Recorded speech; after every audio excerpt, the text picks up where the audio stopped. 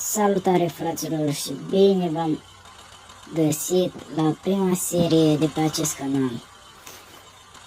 Acesta este ferma unui prieten al meu care n-am putut să o mai întrețină pentru că iese la muncă și nu mai are timp să o întrețină. Și mi-a dat-o mie și a zis că să am eu grijă de ea și să muncesc eu.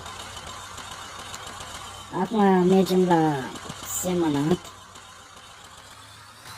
Bună, UTB-ul acesta de 650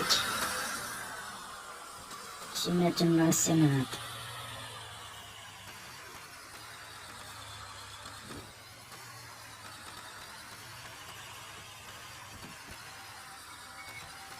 O să pun porumb.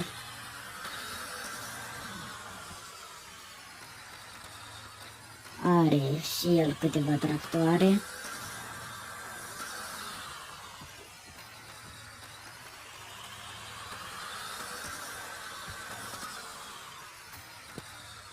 Are două terenuri, aici o să pun porumb și pe terenul celălalt o să pun floarea soarelui.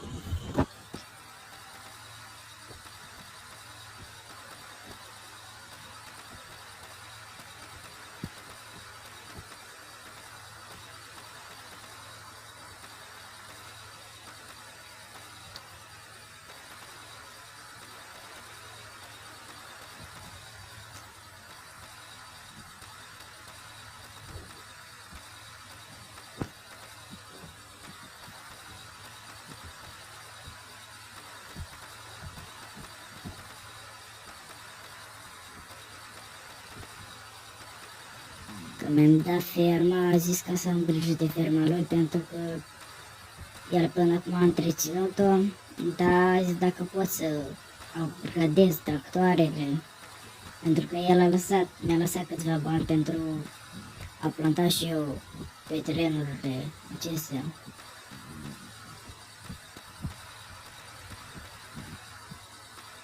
Dacă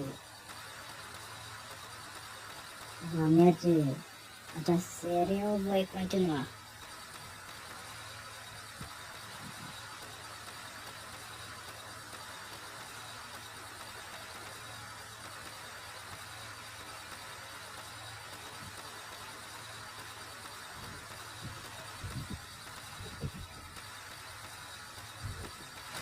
Așa, pentru primul episod am un pic emoții, dar mă scuzați. Așa, pentru începători, fiecare avem emoții.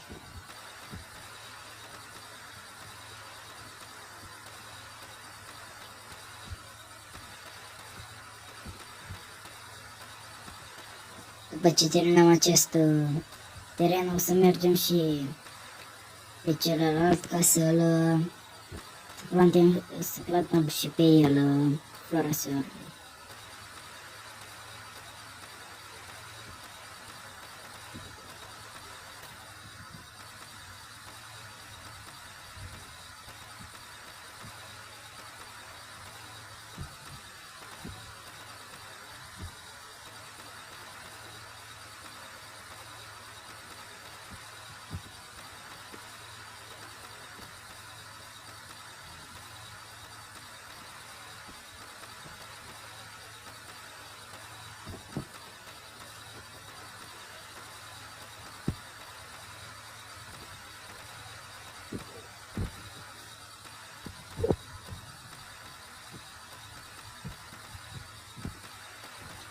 El când m-a sunat și mi-a zis că să am grijă de ferma lui, am crezut că are o fermă mai cu tractoare mai noi, dar tot este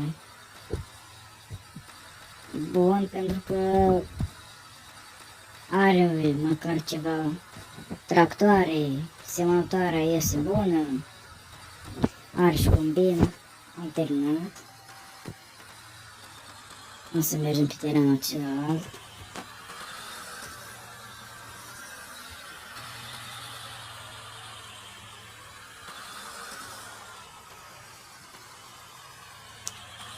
Așa.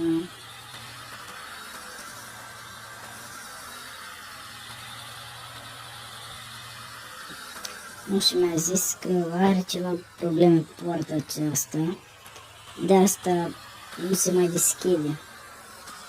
I-a spus dacă putem să o reparăm noi,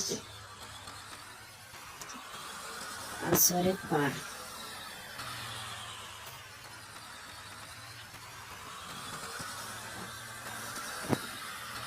Știu că pe terenul acesta parcă nu avea nimic. Atât, nu are nimic. Așa.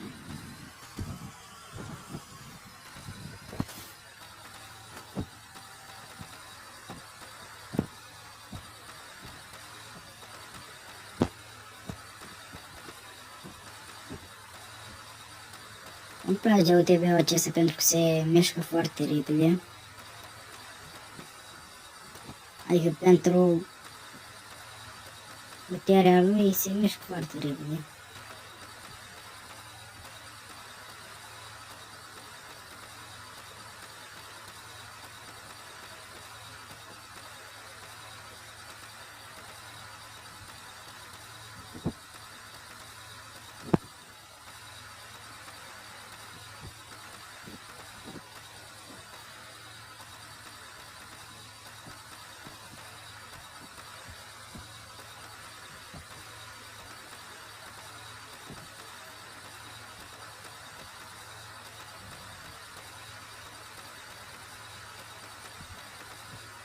O să trebuiască să vin să tai copacii aceștia pentru că mă încurcă când trec pe lângă ei. Nu chiar toți mă încurcă, dar o să-i toi pe toți. Poate mai pe viitor o să cumpăr și terenurile de lângă pentru că o să le unesc unele cu altele.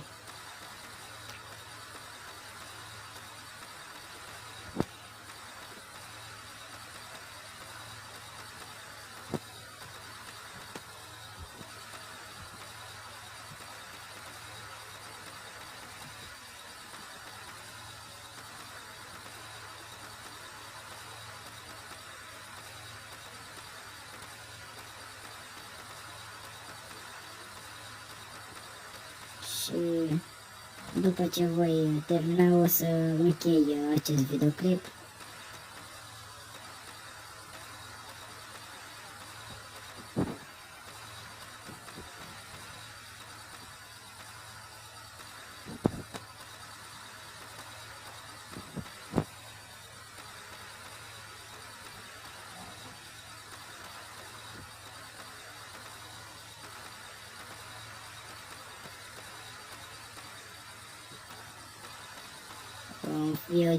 Videoclipul viitor o să vin să fertilizez.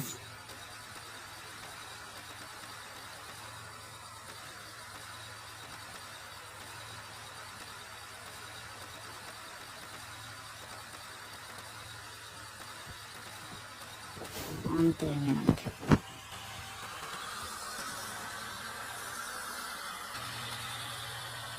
Dacă v-a plăcut acest videoclip, nu uitați să dați acolo un mare like și vă rog frumos să dați un subscribe. Vă mulțumesc pentru vizionare.